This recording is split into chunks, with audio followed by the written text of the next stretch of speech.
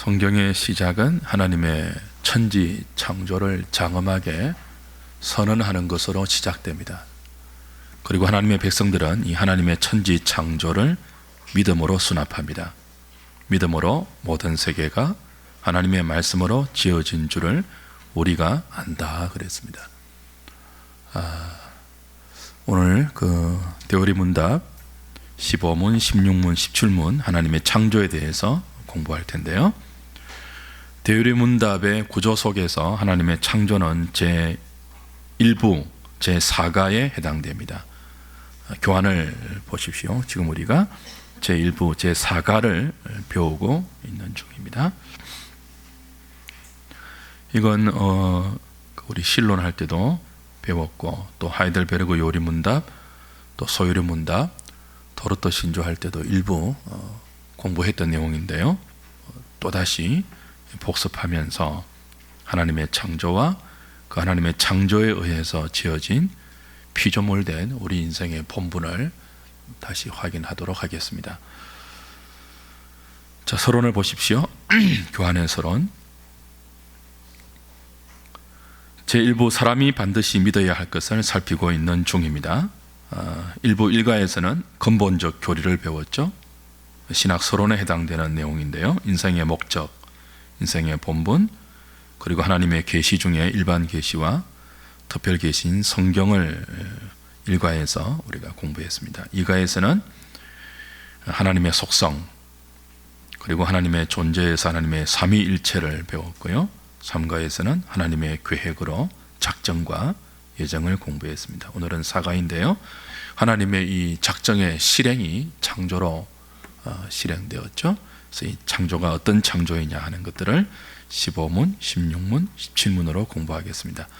15문은 하나님의 창조에 대한 개략적인 설명이고, 16문은 천사 창조에 대한 설명입니다. 그리고 17문은 인간 창조에 대한 설명입니다. 자, 15문 제가 읽을 테니까 여러분이 한번 답을 해보십시오. 제15문 창조의 사역이란 무엇인가?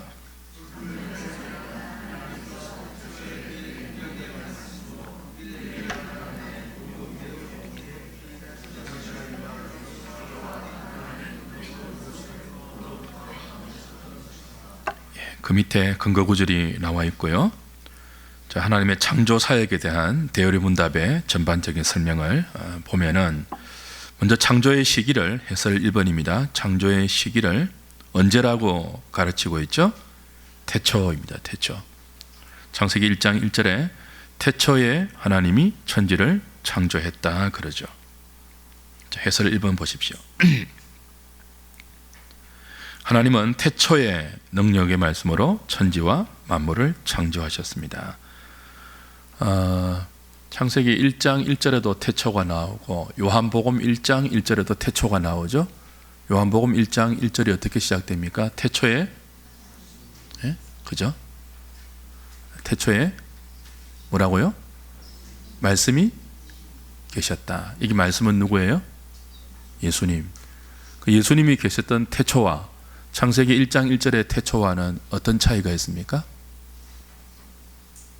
어떤 태초가 이전이에요? 요한복음 1장 1절의 태초가 창세기 1장 1절의 태초보다 훨씬 이전이죠.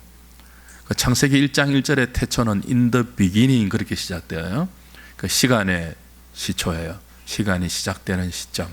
하나님의 천지 창조 때는 그때부터 시간이 함께 창조되었죠. 그러나 요한복음 1장 1절의 태초는요, 시간이 창조되기 전, 온 세상이 하나님의 전능하신 능력으로 창조되기 전 말씀이신 그리스도가 존재하셨어요.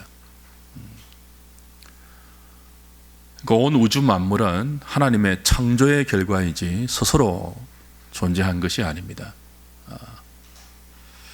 인간과 세상과 우주는 하나님이 창조하기 전에는 존재하지 않았습니다. 우연히 아무 목적 없이 생겨난 것은 하나도 없습니다. 우리는 진화론을 받아들일 수 없어요. 진화론은 뭐예요? 우연의 결과이거든요. 모든 것이 하나님의 뜻 안에서 지어진 피조물입니다. 하나님은 시간 속에서 천지를 창조하지 않고 시간과 함께 모든 만물을 그의 기쁘신 뜻대로, 그의 계획대로 만드셨습니다. 삼위 하나님은 천지가 지어지기 전 영원부터 존재하셨지만 우주와 그 안에 있는 모든 피조물은 그 자체로 스스로 존재한 적이 없기에 언제나 창조주에게 의존할 수밖에 없습니다. 그 인생도 하나님의 피조물이기 때문에 하나님을 의존해야 하는 존재예요. 하나님을 떠나서 스스로 독립할 수 없는 존재가 인생임에도 불구하고 죄에 빠진 인간은 교만하게 하나님 없이 스스로 독립적인 존재를 추구하고 바벨탑을 만들어서 하나님의 자리까지 엿보고 있는 그런 어리석고 악한 패망의 길을 달려가고 있죠. 자, 해설 두 번째 보십시오. 창조의 그 시기가 태초였다면 창조의 기간은 얼마이죠? 6일입니다. 엿새입니다. 하나님의 창조는 엿새 동안 세계와 그 안에 있는 모든 것을 무로부터 만드신 전능하신 창조입니다. 그 하나님의 창조의 시기는 태초였고 창조의 기간은 엿새 동안에 무에서부터, 아무것도 없었던 무에서부터 모든 것들을 창조하신 전능하신 창조이죠. 첫째 날 무엇을 만드셨습니까? 빛을 만드셨어요. 어둠 저녁이 되고 아침이 되니 이는 첫째 날이라. 낮과 밤을 구분하셨죠. 첫째 날에 빛을 만드셨는데 넷째 날에 이 빛을 반사하는 광명체로 해와 달과 별들을 만드셨죠. 그 첫째 날부터 저녁과 아침이 구분되었죠. 근데 이것이 넷째 날에 이제 빛이 있던, 태초에 그 첫째 날에 지어진 빛이 있던 그 기능을 광명체인 태양이 받아서 지구의 연한과 그 일시와 시간을 이제 카운터하는 그런 기능을 하게 된 것입니다. 나중에 또 보도록 하고요. 둘째 날은 무엇을 창조하셨습니까?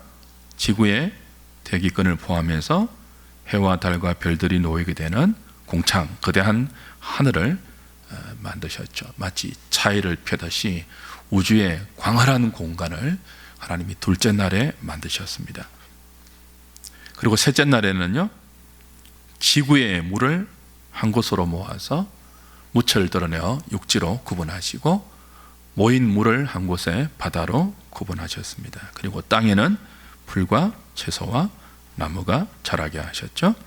그 첫째 날부터 셋째 날까지는 창조의 전체적인 프레임을 짜는 작업입니다. 그리고 넷째 날부터 여섯째 날은요, 그 창조하신 프레임에 내용물을 집어넣는 그런 날들이죠. 넷째 날에는요, 첫째 날에 프레임으로 만드신 빛, 이 원천적인 빛을 하늘에, 그렇죠? 광명체로 해와 달과 별들로 채워 넣으시죠. 그리고 이 광명체들이 땅을 비추게 하시고 징조와 계절과 년, 월일을 알리는 기능을 하게 하셨습니다. 다섯째 날에는 뭘 만드십니까? 물에 사는 물고기, 물에 사는 생물, 하늘을 나르는 새들, 이들을 만드셨죠. 여섯째 날에는요, 땅에 있는 육축과 기는 것과 덜짐승을 만드시고 마지막으로 사람을 만드셨습니다. 하나님의 형상대로 만드셨죠.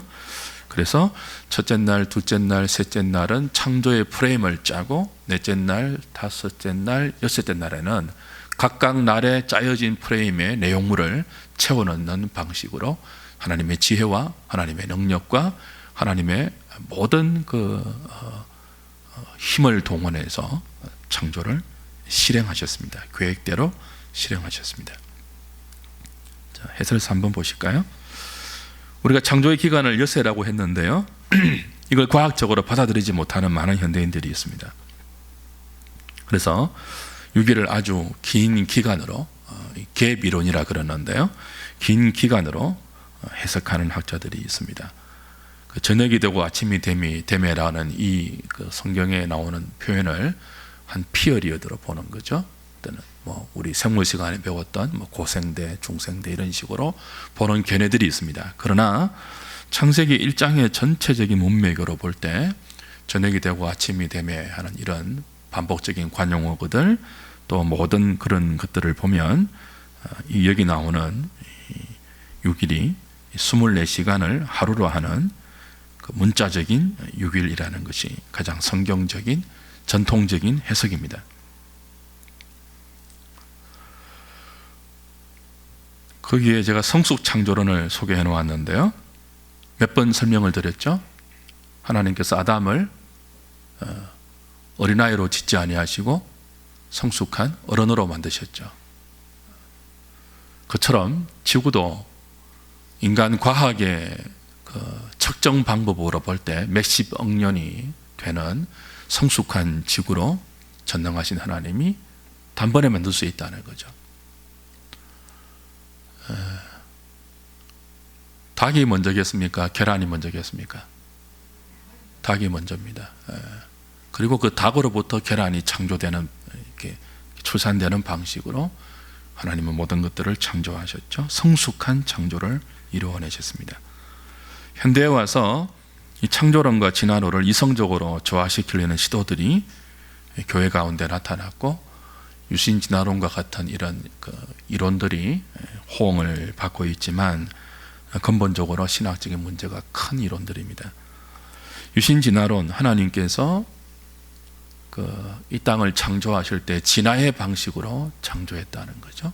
그러니까 창조론과 진화론을 교묘하게 조화시키려고 하는데 굉장히 문제점이 많아요. 이렇게 되면 창세기 1장, 2장, 3장의 모든 성경의 기록들이 역사적 사실이 안 돼요. 그렇죠? 그래서 이 유신진화론을 주장하는 사람들은 창세기 1장, 2장, 3장을 모형으로 혹은 신화로 혹은 모델로 해석합니다. 그렇게 되면 아담의 타락, 아담의 원죄, 그로 말미암는 모든 인간의 부패와 타락도 다 부정이 되어요.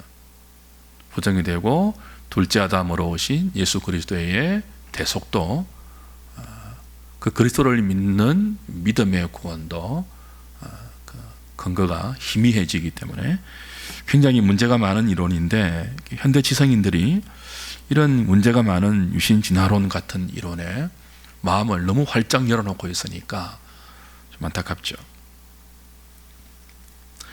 근데 이 유신진화론을 따르면요, 어떤 우스꽝스러운 결과가 초래되는가 하면 결국 진화를 인정하는 것 아니에요. 그죠? 하나님이 저와 여러분을 만들고 세상을 만들 때 진화라는 방식으로 만드셨다는 이론이니까 결국 인간도 뭐예요? 진화에 의해서 오늘 여기까지 왔다는 주장이거든요.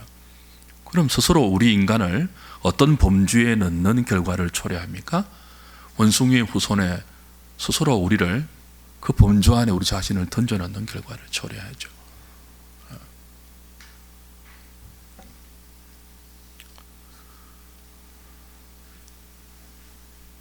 네 번째 보십시오. 같이 한번 읽어볼까요? 시작. 사람을 비롯해서 피조물들이 무엇인가를 만들어내는 것은 무에서 만드는 것이 아니라 하나님께서 만들어 놓은 것을 기반으로 해서 변형할 뿐입니다.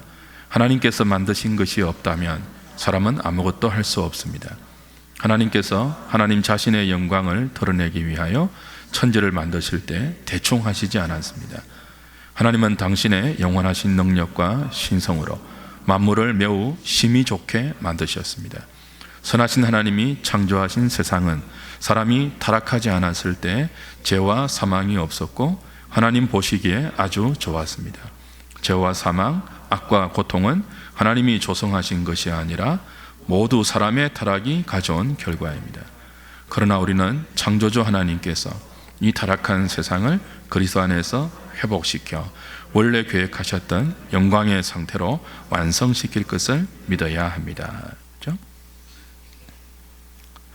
사람도 그 하나님의 형상이기 때문에 무엇인가를 만들어내는 창조의 능력을 은사로 부여받았죠. 선물로 부여받았죠. 뭔가 뚝딱뚝딱 만들어내요.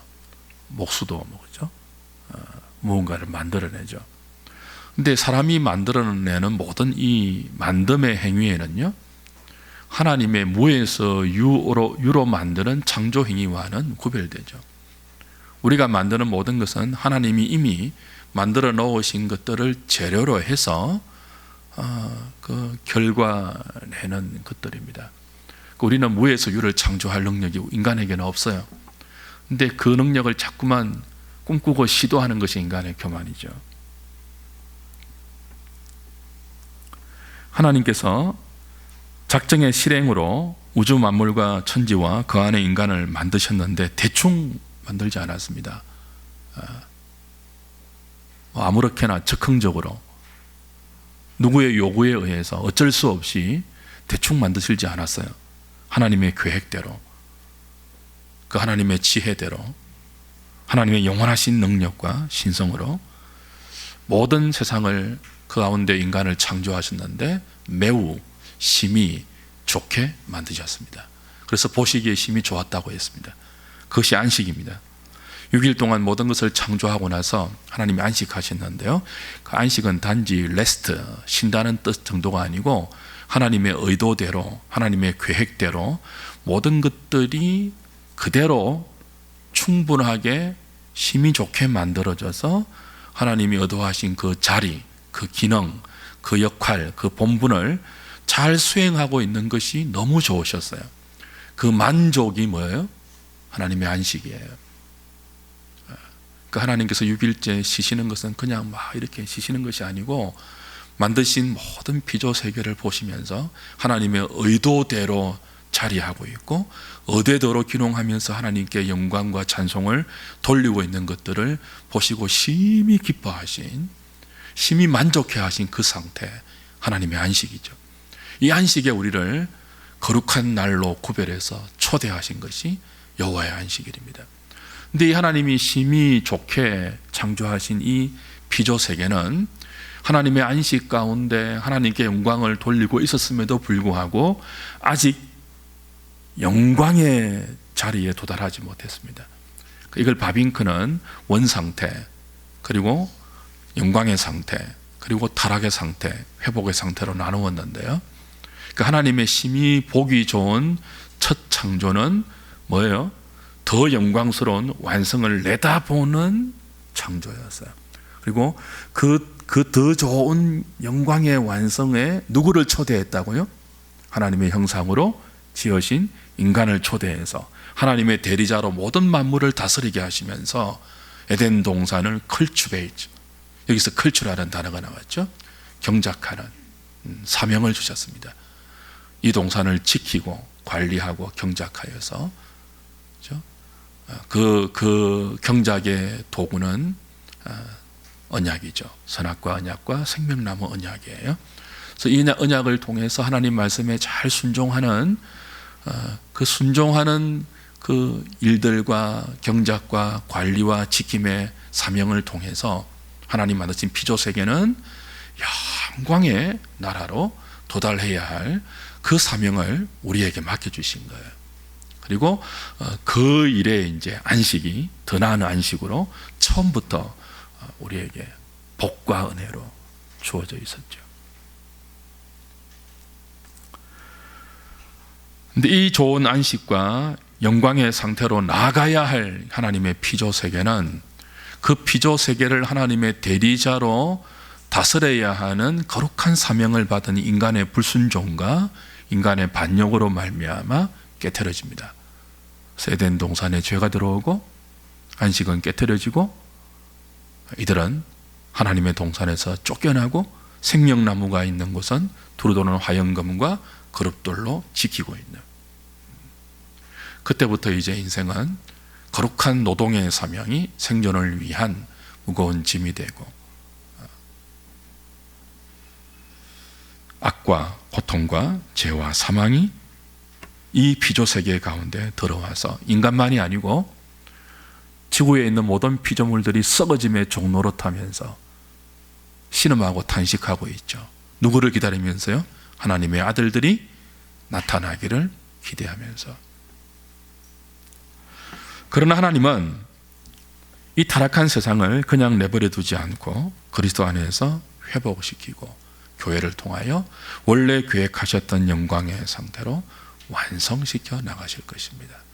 그거 우리는 믿어야 됩니다. 그게 우리에게 주어진 신자의 존재 의미이고 우리에게 허락된 일과 노동과 남은 생애의 의미예요. 그러니까 우리는 굉장히 다른 사람들이에요. 저는 여러분들이 정말 여기에 좀 더 깊이 눈을 뜨시고 남은 생애를 여기에 좀 헌신하시면 좋겠어요. 예수 믿는 것은요, 그저 이 땅의 생을 다른 사람보다 좀 더 잘 먹고 복을 받아서 좀 더 편안하게 살고 오래 사는 그 정도의 의미가 아니에요. 하나님이 완전한 지혜로 계획하셨던 하나님의 나라, 그 영광에 이르는, 그 지고한 안식에 이르는 복된 통로에 감히 미천한 저희들을 동력자로 부르셔서 이 일에 우리에게 사명을 주셔서 각자 삶의 터전에 하나님의 사람으로 존재하게 한 거예요. 자, 5번 보십시오. 많은 사람들이 아까 말씀드린 것처럼 인류의 연대가 지구의 나이가 몇 살이냐 이런 것 호기심을 가지고 성경을 대하고 있습니다. 그러나 만약 이런 것들을 우리가 꼭 알아야 할 이유가 있다면 구원에 필요한 필수적인 지식이고 하나님을 닮아가는데 정말 필요한 내용이라면 왜 창조의 그 인류의 연대와 창조의 정확한 날짜를 성경에 가르쳐주지 않았겠습니까? 우리에게 별 필요 없는 것이기 때문에 구원과 하나님의 경륜을 깨닫고 알아가는데 중요한 의미가 아니기 때문에 성경에 인류의 연대와 창조의 정확한 날짜를 기록해 놓지 않은 것입니다. 그래서 하나님이 계시해 주지 않는 것에 대해서 과도한 호기심을 가질 필요가 없어요. 성경은 호기심을 풀기 위한 계시가 아니고 구원의 경륜이 담겨 있는 하나님이 어떤 분이고 인간이 어떻게 죄를 지었고 그 죄인을 하나님께서 어떻게 그리스도 안에서 구원시켜 나가며 완성을 이루어 가시는지에 대한 그 범주 안에서 계시가 허락된 그런 구원의 책이기 때문에 그 외에 우리의 잡다한 호기심의 관점으로 성경을 대하면 안 되겠죠. 자, 제 16문은 천사 창조에 관한 것입니다. 제가 읽어보겠습니다. 제 16문, 하나님은 천사들을 어떻게 창조하셨는가?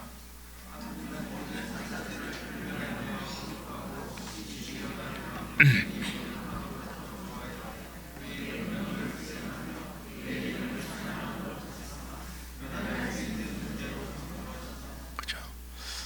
우리는 천사가 있는 것을 믿고 그 천사가 타락해서 사탄이 되고 그 사탄을 따르는 모든 악한 영들, 귀신, 마귀가 있다는 것을 믿습니다. 그러나 천사와 사탄과 마귀도 성경이 가르쳐주는 범위 안에서만 알아야지 호기심의 대상으로 자꾸 그것을 추구하면 이상한 신앙이 될 수 있습니다. 그래서 대의문답도 16문에서 하나님이 창조하신 천사들에 관하여 성경이 계시하는 영역 안에서만 핵심적으로 가르쳐주고 있죠. 자, 천사들은 영적인 존재입니다. 그들은 불멸한다고 했잖아요. 모든 천사들을 불멸하며 이렇게 되어 있습니다. 거룩하고 지식이 뛰어나며 능력이 강력하도록 창조했다 이렇게 되어 있죠. 불멸의 존재이고요. 지식이 또 능력이 뛰어나고 또 구별된 다른 피조물과 구별된 그런 거룩한 피조물이지만 근본적으로 천사는 하나님을 보좌하는 존재입니다. 그러니까 하나님의 명령을 수행하는 존재예요. 그래서 이 천사는 아무리 영화롭고 뛰어난 존재라 할지라도 경배의 대상이 아닙니다. 천사도 피조물에 불과해요. 심지어 시편 기자는 우리가 천사보다 낫다, 존귀하다, 귀하다 이렇게 되어 있습니다. 천사들의 탁월함으로 인해서 교회 안에는 천사들을 숭배하려는 천사 숭배 사상이 들어오기도 했습니다. 골로새서를 보면 그걸 경고하고 있지 않습니까? 그러나 천사들은 하나님께 수종되는 영적 존재일 뿐이지 우리의 경배의 대상이 되어서는 안 되죠. 그래서 천사 숭배 사상은 금지되어야 하고요. 또 그 이단들 가운데 천사들을 통해서 성경적이지 않는 교리들을 가르치는, 주장하는 교리들이 있죠. 그 중에 하나가 뭐예요? 유광수의 다락방에서 주장하는 천사 동원설이에요. 사탄 배상설과 천사 동원설. 어떤 내용이에요? 그리스도인이 기도하면서 누구를 동원할 수 있다는 거예요? 천사를 동원할 수 있다는 거예요. 들어보신 적 있어요, 없어요? 그런 거 성경적이지 않습니다. 기도로 사탄을 결박하고, 우리가 그죠? 기도로 천사를 동원해서 하나님의 역사에 동참할 수 있다. 아주 그럴듯하게 가르치지만 굉장히 잘못된 이단적인 가르침입니다. 천사 동원설은 성경적인 교리가 아닙니다. 그리고 또 어떤 거 있습니까? 성도들 한 사람 한 사람에게 뭐가 있다는 거예요? 수호천사가 있다고 가르치는 거. 그것도 비성경적입니다. 천사는 하나님께 수종되는 하나님의 명령을 수행하는 영적 존재이지 우리를 따라다니면서 우리를 수호하는 그런 존재가 아니에요.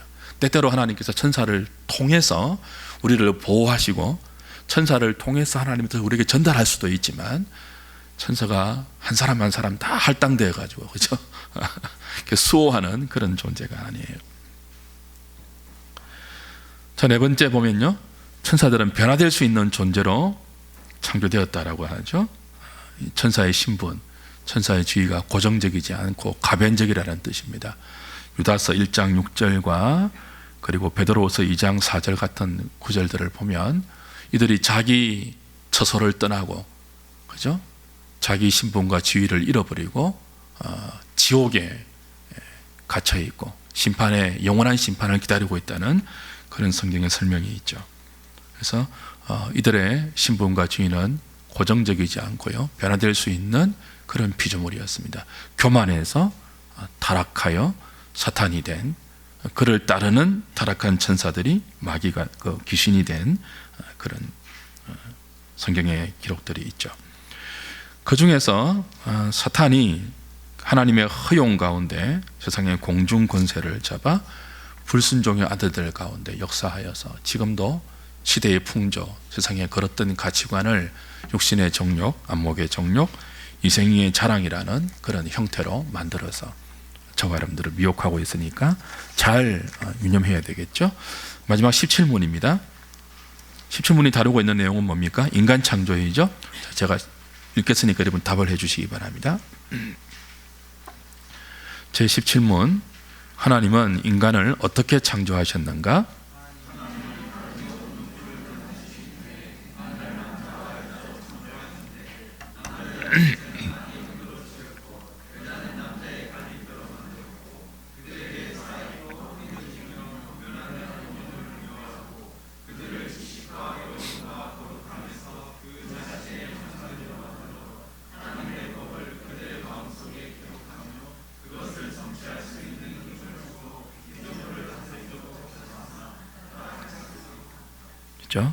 근거 구절이 쭉 이렇게 많이 나열되어 있는데 이러한 성경의 그 기록들을 근거로 해서 대열이 문답은 인간 창조를 이렇게 설명하고 있습니다.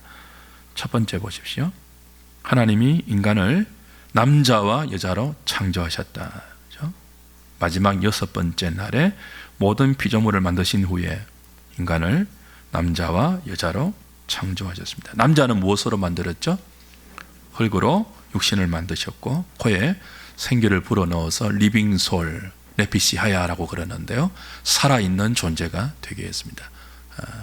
여기 생기는 단지 영혼을 말하는 것이 아니고 전인적인 하나님의 생기가 이 성령을 의미하는데요, 인간을 흙으로 만들어서 그냥 이렇게 도자기로 구운 그 정도의 존재가 아니고 살아있는, 하나님을 닮아서 살아있는 영적인 기능과 육체적인 기능이 온전하게 하나님을 향하도록 기능하게 하는 리빙 소울, 살아있는 생명이 되게 했다, 이렇게 이야기하고 있습니다. 근데 아담의 육체적인 재료는 흙이지만 하와는요, 흙이 아니고 아담의 갈비뼈를 취해서 만드셨죠. 이건 어떻게 설명하고 있습니까? 인류의 후손이 만약에 하와도 흙으로 지음 받았다면 어떤 물질적인 독립된 물질로부터 후손이 생명으로 태어날 수 있기 때문에 아담과 하와의 유기적인 연합을 통해서 온 인류가 한 족속, 한 혈통으로 하나님을 바라볼 수 있도록 이렇게 남자와 여자를 다르게 만드셨죠. 그리고 다른 이 존재를 유기적으로 연합하게 해서 한 몸이 되게 하셨고, 그 한 몸에서 한 인류가 한 하나님의 백성으로 이렇게 태어날 수 있도록 하나님이 의도하셨던 것입니다. 그래서 인간은 기원이 여러 개가 아닙니다. 하나의 기원만을 가지고 있습니다. 인류의 단 하나의 기원이 누구이죠? 아담과 하와입니다. 그런데 유신진화론은 이 아담과 하와를 모형으로 봐요. 인류의 조상으로 보지 않아요. 수많은 인류 가운데 한 사람, 아니면 모형, 아니면 신화로 치부해버리죠. 그리고 대우리문답 17문의 답은 남자와 여자의 창조 다음에 불멸하는 영혼을 가진 인간으로 인간을 설명하고 있습니다. 자, 해설 두 번째인데요. 우리에게는 무엇이 있다고요? 불멸하는, 소멸되지 않는 영혼이 처음부터 주어졌습니다. 근데 현대 신학자들 가운데는 우리 안에 있는 이 영혼이 처음부터 불멸의 영혼으로 존재하지 않았고 예수 믿을 때 주어진다는 그런 이론, 혹은 영혼이 소멸된다는 이론을 주장하는 사람들이 많아요. 왜 그런가 하면 지옥을 부정하기 위해서예요. 특별히 서구의 어떤 그런 사상들은 하나님의 사랑에 기초해서 사랑의 하나님이 어떻게 끔찍한 지옥을 만들 수 있느냐, 지옥을 부정하는 그런 견해들이 다수입니다. 그 지옥을 부정하기 위해서 인간의 영혼도 불멸하지 않고 언젠가는 소멸된다, 죽음으로 소멸된다, 혹은 처음부터 불멸하는 영혼이 아니다라는 다양한 이론을 만들어내요. 근데 생각해 보십시오. 만약 인간의 영혼이 불멸하지 않고 육체의 죽음과 더불어 소멸된다면 그럼 악인에게 떨어지는 하나님의 공의로운 심판은 어떻게 되는 것입니까? 성경이 말하고 있는 지옥, 거기는 구더기도 죽지 아니하고 죽으려고 해도 죽을 수 없는 영원한 고통과 저주와 심판의 형벌의 장소인 지옥은 어떻게 되는 것입니까? 죽음으로 끝난다면 거기 누가 가는 것입니까? 사탄을 위해서 예비해 놓으신 지옥에 사탄을 따랐던 모든 불순종하는 인생들이 함께 가거든요. 거기서 영원한 고통을 당하는데 불멸하는 영혼을 가지고 있어야지 고통이 영원할 거잖아요. 지금 육신의 죽음으로 육신과 영혼이 분리되고 육신은 흙으로 돌아가고 영혼은, 믿지 않는 영혼은 어디로 갑니까? 엄부로 가요. 뭐 하죠? 영혼으로 고통을 당해요. 온 영혼으로 실제적으로 고통을 당해요. 그러다가 주님 다시 오실 때 뭐죠? 흙으로 돌아간 육신과 영혼이 다시 신령한 몸으로 부활해서 죽지 아니한 썩지 않은 몸으로 부활해서 영혼과 더불어 결합되어 영원한 지옥의 고통을 받는 것입니다. 그래서 지옥이 끔찍한 거죠. 그래서 이 땅에서 믿음으로 살려고 하는 거죠. 반면에 의인들의 보상이 뭡니까? 믿음으로 사는 믿음의 보상이 여기에서 다 이루어지지 않잖아요. 많은 부분 영원한 천국에서 믿음의 보상이 상으로 주어지지 않습니까? 근데 죽음으로 영혼이 소멸되면 그 우리의 믿음에 대한 영원한 하나님의 칭찬과 존귀와 영광으로 따라오는 보상은 어떻게 됩니까? 이 땅에서 믿음으로 참고 손해보고 억울함을 견디고 눈물로 하나님의 공의를 호소하면서 기다려왔던 모든 성도의 인내는 어디서 보상을 받습니까? 죽고 나서 믿음으로 살았던 의인들의 죽음이 육체와 영혼을 분리시킨다 할지라도 영혼은 불면해서 즉시 낙원에 가서 아브라함의 품에서 안식을 누리죠. 그리고 주님 다시 오실 때 어떻게 됩니까? 육신과 부활해서 죽지 아니하는 육신을 입고 그 불멸하는 영혼과 더불어서 영원한 천국으로 인도되어 하나님과 함께 왕노릇하는 것입니다. 영혼은 불멸합니다. 처음부터 하나님이 인생을 하나님의 형상으로 창조할 때부터 불멸한 영혼을 우리에게 주셨다는 것입니다. 세 번째는 인간의 창조의 특징 가운데 하나님의 형상대로 지음받았다 하는 설명이 있죠. 자, 3번 같이 읽겠습니다. 시작. 하나님은 인간을 다른 피조물과 달리 하나님의 형상으로 지었습니다. 하나님의 형상으로 지음받았다는 말은 하나님과 닮았다는 뜻인데 육체적으로 닮았다는 의미가 아닙니다. 하나님의 형상이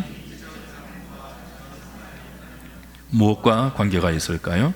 골로새서 3장 10절과 에베소서 4장 21절은 하나님의 형상을 지식과 의와 거룩함이라고 가르쳐 줍니다. 타락 이후 창조 시에 받았던 하나님의 형상이 황폐되고 오염되고 부패하고 훼손되었음에도 불구하고 인간에게는 그 훼손된 하나님의 형상이 아직 지정의로 남아 있습니다. 사람은 하나님의 피조물 가운데 면류관입니다. 하나님은 사람이 살아갈 수 있는 모든 환경과 여건을 조성해 놓으시고 마지막으로 천하보다 귀하게 하나님의 형상으로 사람을 만드셨습니다. 그 사람을 설명할 때 교회 밖의 모든 이론과 과학과 사상으로도 설명할 수 없고 설명될 수 없는 기독교에서만 유일하게 주장하는 독특한 설명이 뭐죠? 인간이 하나님의 형상이라는 거예요. 호모 사피엔스, 호모 로키엔스, 호모를 붙여서 인간을 설명하는 수많은 정의들, 그 모든 정의에서도 결코 찾아볼 수 없는 인간에 대한 독특한 설명, 뭐라고요? 인간이 하나님의 형상이다. 자, 하나님의 형상으로 지음받았다는 뜻이 무엇이라고 했습니까? 하나님을 닮았다, 그런 뜻입니다. 우리의 모양대로, 우리의 형상대로 사람을 짓자라고 하실 때 이 형상과 모양이라는 단어는 원어가 다르지만 뜻은 똑같다고 했죠. 무엇을 닮다, 무엇과 비슷하다, 그런 뜻입니다. 그러니까 인간은 하나님과 비슷하게, 하나님과 닮게 지음받았습니다. 근데 인간이 하나님을 닮았다고 할 때 무엇을 닮았습니까? 우리의 육신이 아니죠. 그렇죠?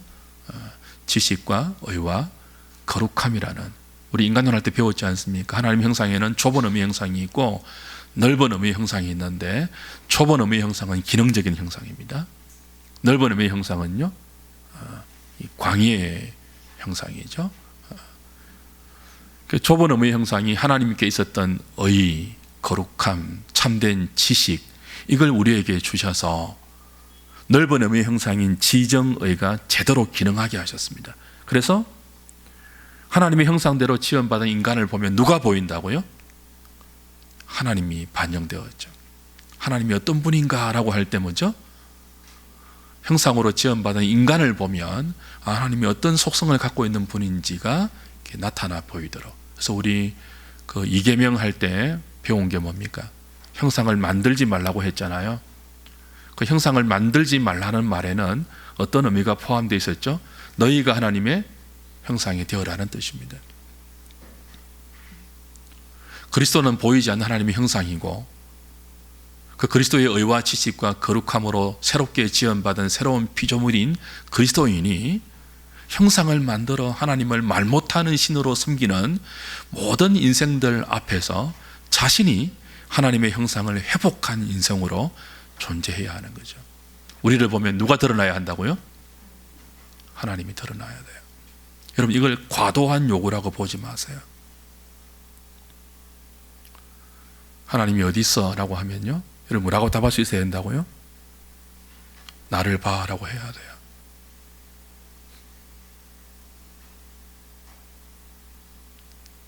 그걸 위해 기도하셔야 돼요. 그러니까 우리가 얼마나 존귀하게 지음받았고, 하나님께서 은혜로 우리를 살리시고 구원해내시고 언약을 맺어서 하나님 백성 만드시고 나서 도대체 우리의 삶을 어디까지 요구하시는지 보셔야 돼요. 이성 없는 짐승처럼 욕망의 포로가 되어서 자기 욕심을 채우기 위해서 하나님도 이용하고 다른 사람도 이용하고 온갖 말들을 만들어내면서 자기 기업을 배불리고 다른 사람들의 행복과 다른 사람들의 안식에 조금의 관심도 없이 그렇게 살아가는 것이 아니고, 그래서 예수 믿는 사람들이 왜 저래? 하나님은 좋고 예수님은 좋은데 교회 다니는 사람이 꼴보기 싫어서 못 가겠어, 이런 평가 말고요. 이런 평가 말고요. 저와 여러분을 보면 무엇인가 뚜렷이 설명은 못해도 하나님 모르는 사람들이 느끼기에, 와, 나하고 사는 것이 좀 다르구나. 그 정도는 느끼게 하는 것이 그리스도인입니다. 그게 십계명에 다 담겨 있습니다. 그렇게 못 살 때마다 우리는 어떻게 하죠? 가난한 마음이 되죠. 하나님 말씀을 끌어안고 내가 하나님을 반영하고 하나님의 형상으로 나를 보며 하나님이 보일 정도로 살아내기 위해서 기도하면서 여러분이 애쓰고 몸부림치지 않으면요, 여러분 안에 절대로 가난한 마음이 안 생겨요. 천국으로 가는 첫 번째 스텝이 심령이 가난해지는 것입니다. 언제 가난해질까요? 하나님의 말씀 앞에 우리를 세워놓는 거예요. 그대로 살려고 노력해보는 거예요. 근데 안 되니까, 내 능력으로 안 되니까, 내 의지와 내 결심으로 안 되니까 우리 무너지죠. 그 무너진 가슴에 무엇이 생깁니까? 가난한 심령이 생겨요. 천국은 그렇게 우리에게 시작되는 것입니다. 그리고 애통하는 마음으로 연결되죠. 불쌍히 여겨달라고, 하나님을 나타내고 하나님을 반영하고 하나님을 보여야 하는데 정작 하나님을 보이지 못하고 마귀를 보이고 이성 없는 짐승 같은 본질을 보일 때마다 가난한 심령과 애통하는 마음이 되어서 우리 안에 우리 자신을 그렇게 살도록 만드는 이 죄를 끌어안고 하나님께 회개하고, 동일한 죄가 나뿐만이 아니고 저 사람에게도 있어서 우리가 이렇게 힘들게 살구나, 사랑하고 싶고 함께 마음을 나누고 싶고 목숨까지 바쳐서 같은 길을 믿음으로 달려가고 싶은데 그렇게 되지 못하게 하는 죄가 있구나, 그걸 느끼면서 울고 애통하고 가슴을 치고 하나님 살려달라고, 우리를 붙드시고 고치시고 용서해달라고. 그게 그리스도인입니다. 언제 그런 마음 된다고요? 내가 하나님을 닮아가기 위해서 말씀 붙들고 몸부림치고 애쓸 때예요. 처음부터 이 말씀은 안 돼, 그냥 우리 힘으로는 순종하지 못하는 말씀이야, 이렇게 놓고 보면요, 절대로 가난한 마음 안 생깁니다. 절대로 애통하는 마음이 생길 수가 없어요. 늘 자기 수준으로, 자기 경험으로, 자기 그 생각대로 기독교 신앙을 이해하게 되고, 그 안에서 뭔가 맞으면 교만으로 자리 잡고, 안 되면 그냥 인간적인 낙심과 절망으로 자기 연민에 빠질 수밖에 없는 거죠. 그래서 어떻게 하든 저와 여러분들은요, 우리가 보이지 않는 하나님의 형상인 그리스도를 닮아가고 그리스도인의 손에 붙들려서 의와 지식과 거룩함으로 지으심을 받은 새로운 피조물로 우리의 지정의가 잘 회복되어서 하나님을 반영하는 그런 믿음의 삶을 살 수 있도록 기도하고 은혜를 구하고, 그렇게 우리의 신앙생활을 경주해 가야 할 것입니다. 4번 보실까요? 같이 읽겠습니다. 시작. 그러므로 사람에게는 비록 부패하고 훼손되었다 할지라도 하나님의 일반 은총 가운데 지정의의 작동으로 말미암은 윤리적 방향성과 죄의 개념이 있습니다. 동물의 세계에 없는 문화와 학문이 존재하고 예술 활동을 추구하는 것은 인간이 하나님의 형상이기 때문입니다. 각 나라와 도시가 막대한 돈을 들여 오케스트라를 운영하고 배변과 변효를 하는 지저분한 공중 화장실에 예쁜 액자를 걸어두고 잔잔한 음악이 흐르게 하는 이유가 무엇일까요? 사람이 단순히 먹고 사는 것으로 만족하는 짐승과 다른 하나님의 형상이기 때문입니다. 그러나 죄에 빠진 인간은 지정의와 그에 따른 문화와 학문과 예술 활동은 하나님과 이웃을 사랑하는 동기가 아니라 자기 자신의 영광과 유익을 위해 사용하여 고통하고 신음하는 존재가 되고 말았습니다. 하나님의 좁은 형상이 죄로 말미암아 다 파괴되고 없어지게 되고 넓은 의미의 하나님의 형상이 왜곡되었죠. 우리의 지정의가 타락한 자연인에게는 다 부패되어 있습니다. 방향이 왜곡되어 있습니다. 지성과 감정과 의지가 제대로 기능을 못해요. 그래서 그러나 그럼에도 불구하고 여전히 우리에게는 뭐가 남아있죠? 하나님의 형상이 남아있습니다. 그래서 다른 동물에게는 없는 윤리성 그리고 죄의 개념이 우리 안에 다 있죠. 그리고 문화를 만들어내고요, 학문을 발전시키고 예술 활동을 지정의로 추구합니다. 왜 그렇습니까? 아직 남아있는, 비록 파괴되었지만 아직 남아있는 하나님의 형상 때문에 그래요. 보십시오. 제가 말을 해놨습니다만 공중 화장실에 가면요, 음악 나오지 않습니까? 예쁜 액자 걸어놓죠. 지저분한 상태로 그냥 내버려 두지 않고 문화가 발달할수록 지저분한 곳을 아름답게 만들려고 하는 것은 우리 인간이 미적 존재이기 때문에 그래요. 지정의가 있고 그 지정으로 진선미를 추구하기 때문에 그래요. 그래서 이 진선미를 추구하는 것이 다양한 예술 활동으로 전개가 되고 각 시와 각 나라와 각 도가 막대한 예산을 들여서 시립 합창단, 시립 오케스트라, 국립 이런 거 운영하는 이유가 뭡니까? 그거 운영한다고 돈 되는 거 아니잖아요. 시민들의 감정적인 요구를 부응하기 위해서죠.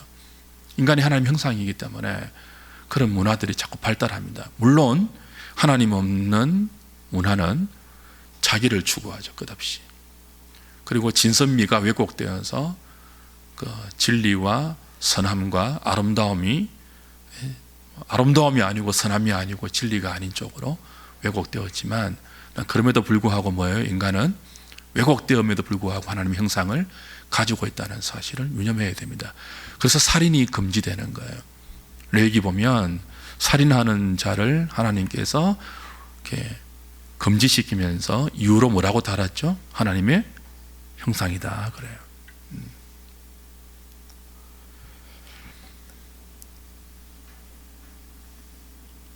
하나님의 형상을 회복한 그리스도인은 이제 다른 사람들을 똑같은 하나님의 형상으로 비록 훼손되었지만 존중하고 귀하게 여기는 의식을 가져야 합니다. 자기 자신만 아니고, 그죠? 다른 사람들을 존중하고 생산성과 효율성이 없는 존재. 이 세상은요, 끝없이 생산성으로 판단하고 효율성을 가지고 무엇인가를 운영해 나가죠. 그래서 생산성이 없으면 박대를 받습니다. 효율성이 없다고 생각하면 그때부터 소외됩니다. 노인, 아이들, 장애인들. 그러나 그리스도인은 그런 생산성이 없는 존재에 대해서도, 효율성이 현저히 떨어지는 존재에 대해서도 하나님의 형상이기 때문에 존중하고 귀하게 여기는 태도와 그런 마음을 가져야 되죠. 마지막 보십시오. 하나님은 하나님의 형상대로 만드신 인간에게 피조물을 다스리라는 명령을 주셨습니다. 이것이 이제 문화 명령으로 떨어지는데요.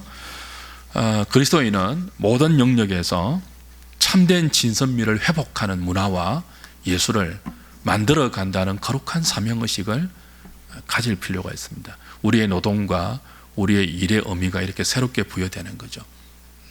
자기만을 위해서 욕망의 근거에서 발전되어 가는 이 세상의 문화와 예술과 학문과 모든 영역 속에 지정의를 바르게 회복한 하나님의 형상으로 회복된 그리스도인이 모든 영역에 뛰어나가 뭐합니까? 바른 지정의를 가지고 바른 진선미의 활동을 해나가서 하나님 나라가 이렇게 존귀하고 이렇게 아름다운 나라라는 것을 우리에게 주어진 역량대로 다 감당하는 것이 그리스도인의 문화 명령에 충실한 그런 자세이죠. 오늘 여기까지 하고 다음에 다시 하도록 하겠습니다. 찬송가 21장 찬송하겠습니다.